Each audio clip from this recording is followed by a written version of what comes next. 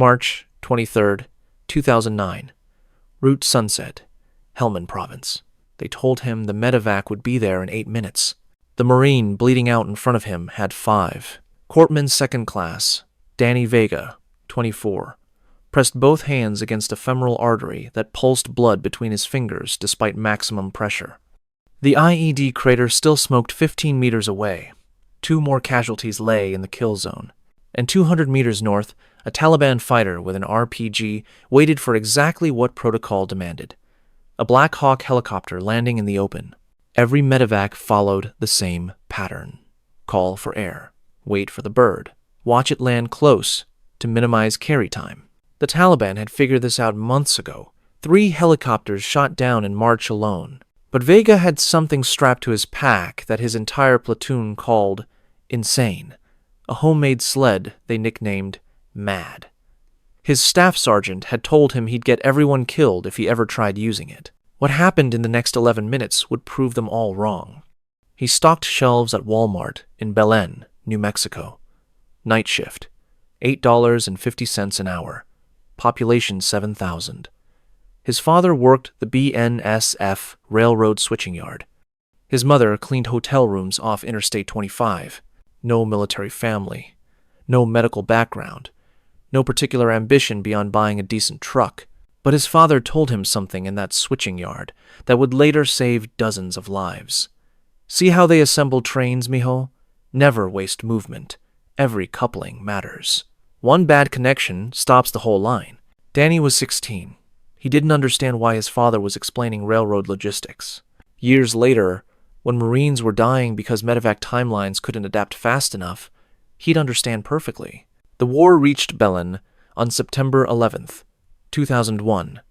Danny was 16, watching the towers fall on the Walmart breakroom TV. He didn't enlist immediately. Why not? He waited, watched friends deploy and return, watched one friend not return. In 2006, 3 months after his 21st birthday, he walked into a Navy recruiter's office in Albuquerque. He trained as a hospital corpsman at Fort Sam Houston, Texas. That's Navy medics who deploy with Marine units. The instructors taught him the golden hour, 60 minutes from injury to surgical intervention. After that, mortality rates climb exponentially. But Danny noticed something wrong with the training scenarios.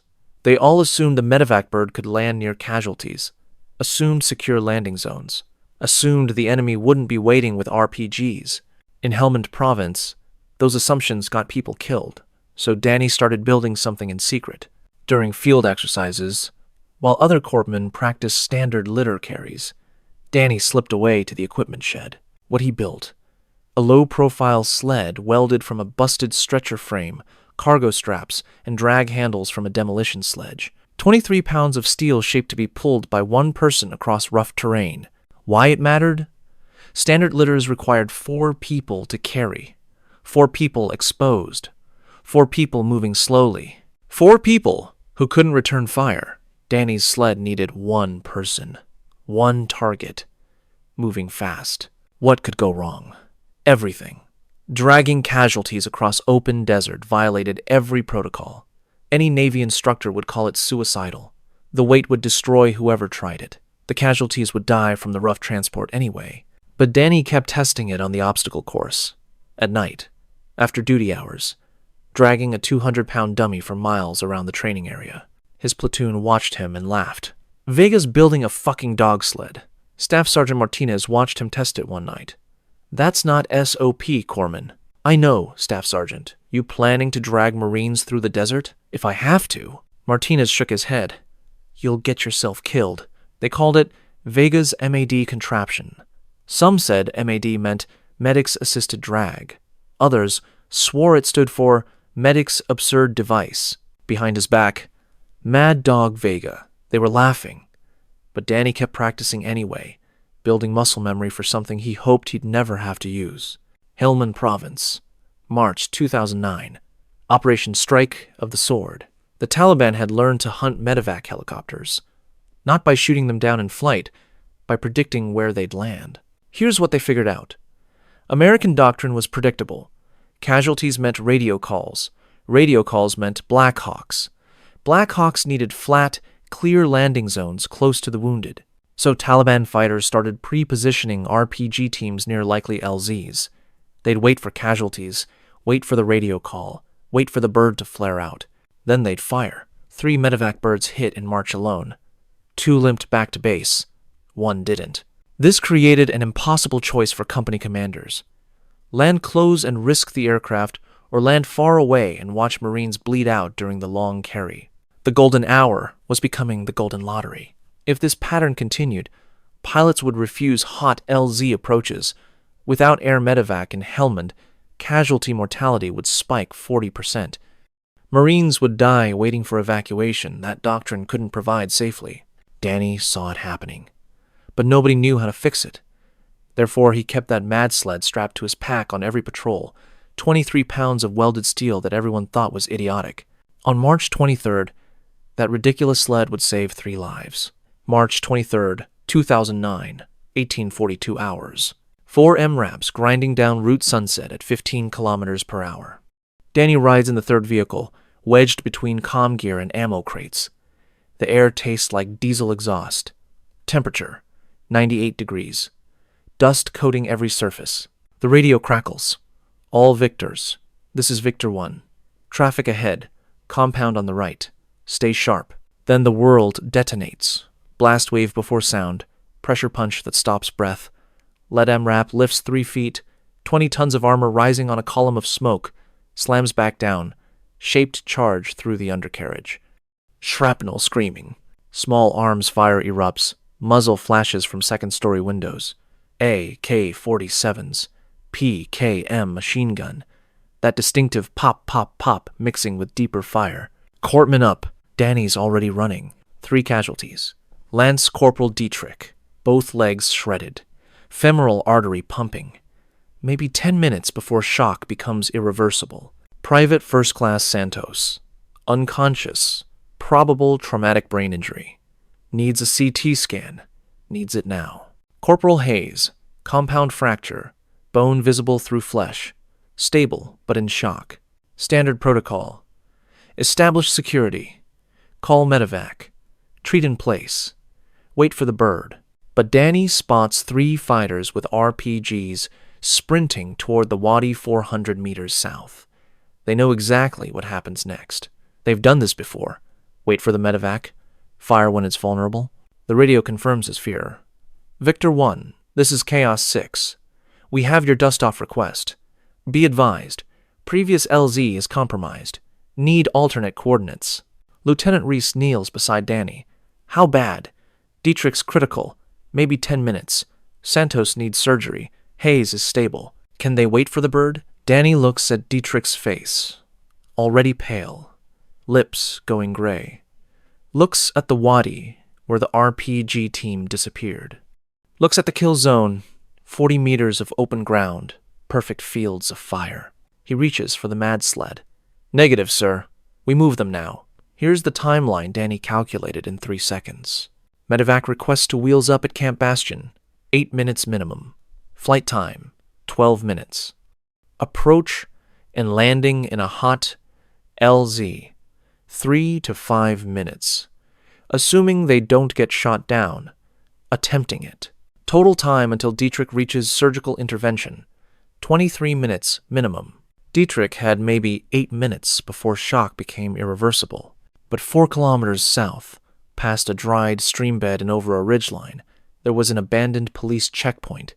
Flat ground, clear approaches, no cover for RPG teams, no ambush positions. A Black Hawk could land there without taking fire. If Danny could get casualties there, he could cut the timeline in half. But that meant dragging 3 wounded Marines 4 kilometers across open desert, under fire, in 98-degree heat, with no backup. Vega! What the fuck is that? Lieutenant Reese demanded, staring at the sled. Getting them out of the kill zone, sir. The bird is inbound. Sir. Danny locked eyes with him. They're targeting the LZ. If that bird lands here, it's dead. I can get them to the old checkpoint in 15 minutes. That's 4 clicks through open desert. Yes, sir. Reese stared. The firefight continued around them, Marines suppressing the compound, but both men knew the real fight was against time. "Do it." Danny dropped beside Dietrich. The Lance Corporal's eyes unfocused, breath shallow, rapid, both tourniquets holding but blood still seeping. Internal bleeding. Minutes, not hours. "Dietrich, can you hear me?" Weak nod. "I'm getting you out. Different ride. Trust me." The mad sled design. Low-profile casualty platform. Head elevated 15 degrees. Arms secured across chest. Straps distributing weight evenly. Why this design? Lower profile meant less wind resistance. Easier to pull across rough terrain. Prevented pressure injuries during transport. The risk, never tested in actual combat. Could kill the casualty from rough transport. Could kill Danny from the physical strain. He slid Dietrich onto the sled in one smooth motion. Secured chest strap, head strap, leg strap. 3 seconds total. Lance Corporal Michaels appeared. "I'm coming with you." Danny shook his head. "Need you on security here, but I'm taking Santos and Hayes." 2 more MAD sleds materialized. Other corpsmen had built their own after watching Danny's obsessive practice. They'd mocked him, but they'd also copied him. 3 casualties, 3 sleds, 4 kilometers. Danny slipped the harness over his shoulders. Leather creaking, weight settling across chest and hips. He leaned forward, taking up slack in the drag handles. The sled moved. His father's voice. Never waste movement. The kill zone. Rounds snapping overhead. P, K, M, tracers drawing orange lines through dust. The sled scraping over rocks. Jolting through ruts. Danny's boots digging into loose sand. Harness biting into shoulders. He found the rhythm his father taught him in that switching yard. Short steps. Steady pull. Don't jerk. Don't stop. Keep the weight moving. The irrigation canal appeared ahead, 3 feet deep, running with brown water. Standard protocol said, never cross water with casualties.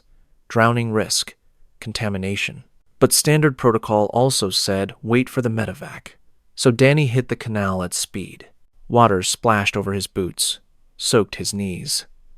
The sled floated for 2 seconds, then dragged through current. He pulled harder. Sled caught on the far bank. He heaved up and over. Dietrich coughed, still breathing. The ground opened up, a kilometer of relatively flat hardpan stretching toward the ridgeline. Danny's legs already burning, but he accelerated. Behind him, 2 other sleds keeping pace. 3 corpsmen in staggered line, spacing themselves so a single RPG couldn't take them all out. The Taliban spotted them. Muzzle flashes 300 meters east. AK fire kicking up dirt geysers.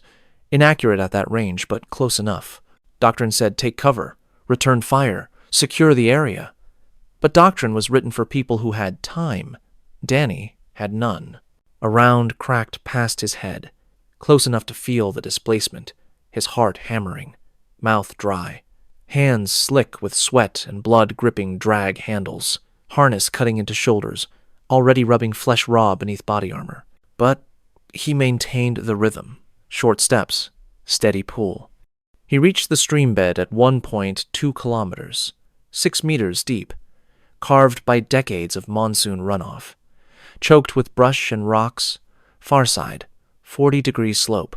Standard protocol, find a gentle crossing, minimize trauma. Danny dropped into the stream bed at speed. The sled followed, bouncing off rocks. Dietrich gasped. No time to check vitals. Danny grabbed both drag handles and pulled. The sled scraped up the slope. Rocks clattered. His boots slipped. Found purchase. Slipped again. Harness tearing his shoulders apart. Quadriceps screaming. 10 meters. 8. 5. He crested the ridge. 2.8 kilometers remaining. He didn't slow down. 2-kilometer mark. His vision started to blur. Heat. Apocalyptic. Ground temperature over 120 degrees, radiating through boots. Camelback. Empty. Hands blistered, bleeding inside gloves. Harness worn through uniform. Skin raw. But Dietrich, still breathing. Shallow. Irregular. Still breathing. Danny's mind retreated into the mechanical. Pull. Step. Pull. Step. Don't think about distance remaining. Don't think about weight. Don't think about burning in every muscle. Just pull. Behind him, one of the corpsmen stumbled. The sled carrying Santos jerked sideways, nearly flipping. Danny couldn't stop to help. Had to trust them to recover. They did. The checkpoint grew larger. Details visible now. Concrete barriers, collapsed guard tower roof, flat clearing where a helicopter could land. Less than a kilometer. Danny's legs moving by instinct. Lungs burning with each breath. Dust coating throat. Blood from torn shoulders soaking into uniform. Spine compressed, like weight driving him into ground. He checked his watch. 11 minutes since leaving the MRAP. Dietrich's pulse thready, breathing shallow, skin cold despite heat. Shock deepening toward irreversible. 500 meters remaining. Then he heard it. The distinctive whop whop whop of rotor blades. Black Hawk inbound from the north. Radio crackled. Dust off 2-3. I have visual on 3 personnel with casualties. Confirm LZ is cold. Danny couldn't respond. Couldn't spare breath. Just kept pulling. 200 meters. Black Hawk flared overhead. Rotor wash blasting sand into his face. He squinted against it. Kept moving. 100 meters. Danny's legs gave out. He collapsed forward, harness still attached. Dragging the sled the last 50 meters on hands and knees. Leather straps cutting deeper. Palms shredding on rocks. But the sled kept moving. The crew chief reached him. Grabbed the sled. Pulled Dietrich toward the bird. Medics swarmed. IV lines. Bag valve masks. Rapid assessment. Danny knelt in the dirt, unable to move. Hands shaking. Blood dripping from beneath gloves. Every muscle torn. Someone pressed a Camelback to his lips. He drank. Coughed. Drank again. All 3 loaded. Departing in 15 seconds. Danny looked up. Dietrich already inside. Medics working. Santos. Hayes. All 3 secured. The Black Hawk lifted. Banked south toward Camp Bastion. Disappeared into heat shimmer. From IED detonation to wheels up. 19 minutes. Standard medevac protocol. 43 minutes. Danny had just cut the golden hour in half. 42 minutes later, Corpsman Second Class Danny Vega walked into FOB Dwyer aid station on legs that barely functioned. His shoulders were hamburger beneath shredded uniform fabric. His hands required 12 stitches. He'd lost 7 pounds through sweat. Commander Patricia Reynolds met him in triage.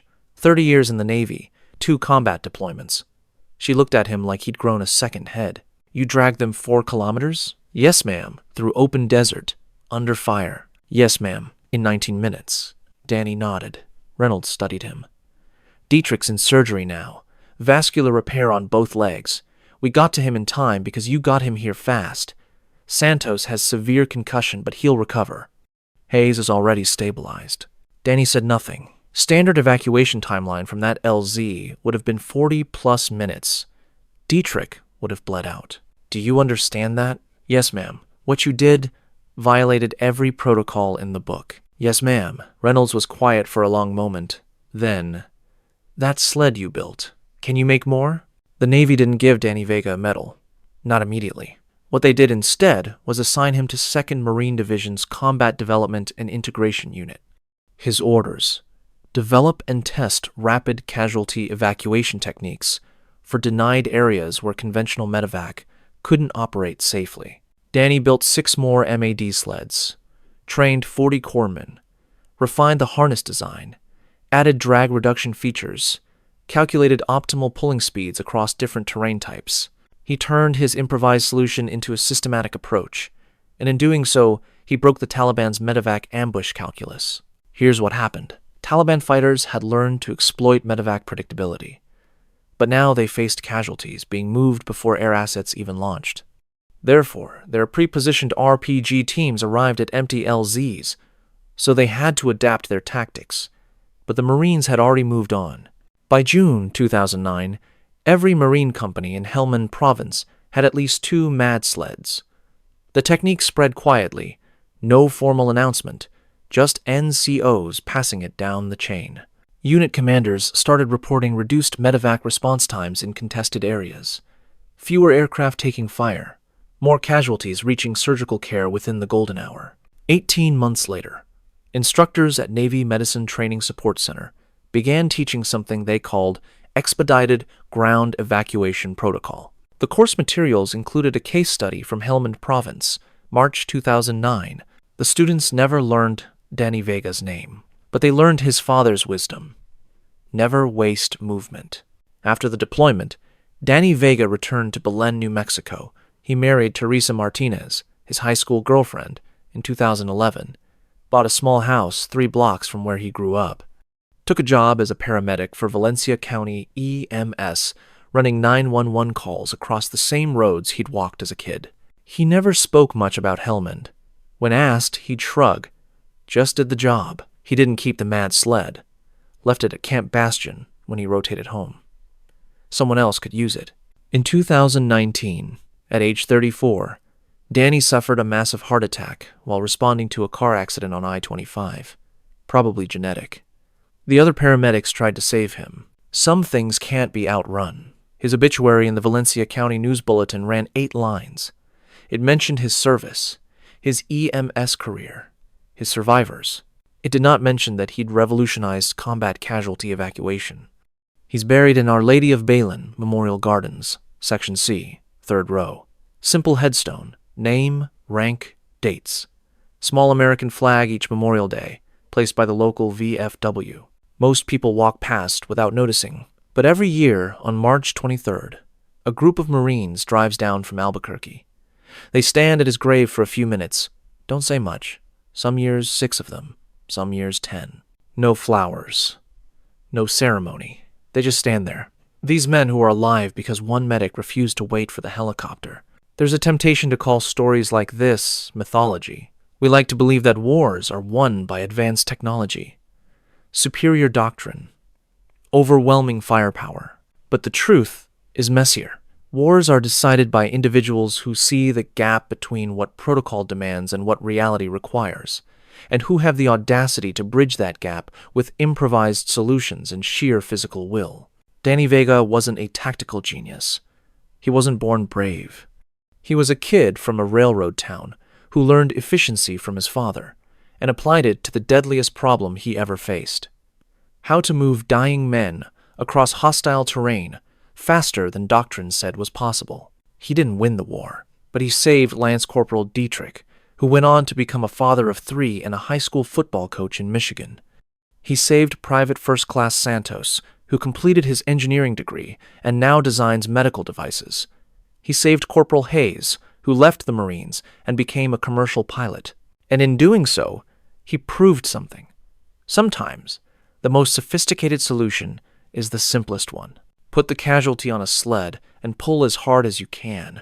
In war, sometimes that's everything. What would you have done in Danny Vega's position? Would you have trusted an unauthorized device you built yourself? Would you have violated every protocol to drag 3 casualties 4 kilometers through open desert under fire? Here's what I want to know. What shocked you most about this story? Did you know Taliban fighters specifically targeted medevac helicopters by predicting their landing zones? Which moment stayed with you? The initial explosion, the desperate drag through the kill zone, or the quiet return home to work as a paramedic? Let us know in the comments below. If you believe we should remember the quiet innovators who save lives without seeking glory, share this with someone who thinks heroism only exists in Medal of Honor citations and Hollywood scripts. Because sometimes the most important innovation happens when one person refuses to accept that "this is how we've always done it" is good enough. Because sometimes one medic with a homemade sled is worth more than an entire fleet of helicopters that can't land safely. Because sometimes, in the space between what you're allowed to do and what you need to do, lives hang in the balance. And the only thing that matters is whether you have the courage to act.